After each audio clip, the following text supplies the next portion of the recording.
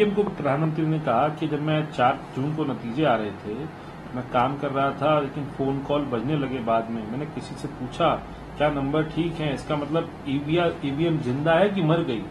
ये जो अपोजिशन के लोग हैं, इन्होंने लोगों को डेमोक्रेसी में विश्वास करना खत्म करा दिया था। हमेशा ईवीएम को बकते रहे और बिल्कुल मुझे लगा था कि ये ईवीएम का जनाजा निकल जाएगा 4 जून को। उनको अब ताले लग गए हैं, ईवीएम ने उनको चुप करा दिया है। ये डेमोक्रेसी की स्ट्रेंथ है, ये फेयरनेस है और मैं इस बात की उम्मीद करता हूं कि हमें अगले 5 साल तक ईवीएम के बारे में सुनने नहीं मिलेगा। लेकिन जब 2029 की बात आएगी, वो दोबारा से ईवीएम राग गए। कोई ईवीएम के बारे में आज मैं कुछ नहीं कहूंगा। कई शिकायतें हैं, संवैधानिक संस्थाएं हैं, उनके बारे में मैं कुछ नहीं कहूंगा। उनके बारे में भी हम बहुत कुछ बोल सकते हैं। पर यह बात याद रखिए, कांग्रेस पार्टी को आर्थिक रूप से अपंग करने का प्रयास किया गया था। खाताबंदी हुआ था, आप जानते हैं। इलेक्ट्रल बॉन्ड स्कैम हुआ था।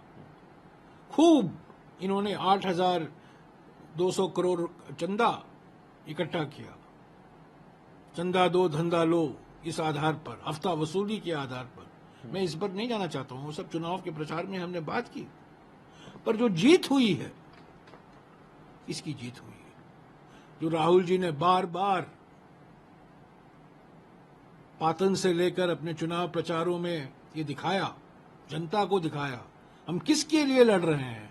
सत्ता के लिए नहीं लड़ रहे हैं, कौन बनेगा प्रधानमंत्री के लिए नहीं लड़ रहे हैं, पर भारत का संविधान, बाबा साहब अंबेडकर का संविधान को सुरक्षित रखने के लिए।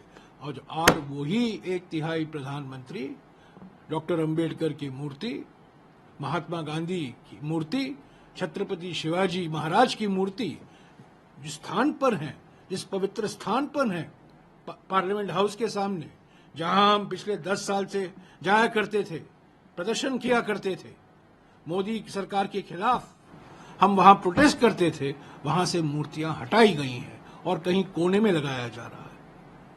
ये उनकी मानसिकता है, ये हकीकत दर्शाता है। ईवीएम को प्रधानमंत्री ने कहा कि जब मैं 4 जून को नतीजे आ रहे थे, मैं काम कर रहा था, लेकिन फोन कॉल बजने लगे। बाद में मैंने किसी से पूछा क्या नंबर ठीक है, इसका मतलब ईवीएम जिंदा है कि मर गई।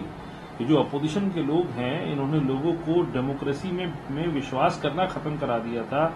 हमेशा ईवीएम को बकते रहे और बिल्कुल मुझे लगा था कि ये ईवीएम का जनाजा निकल जाएगा 4 जून को।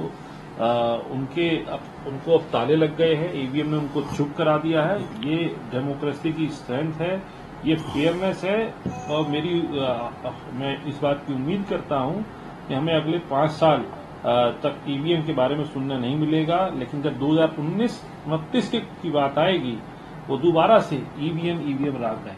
कोई ईवीएम के बारे में आज मैं कुछ नहीं कहूंगा।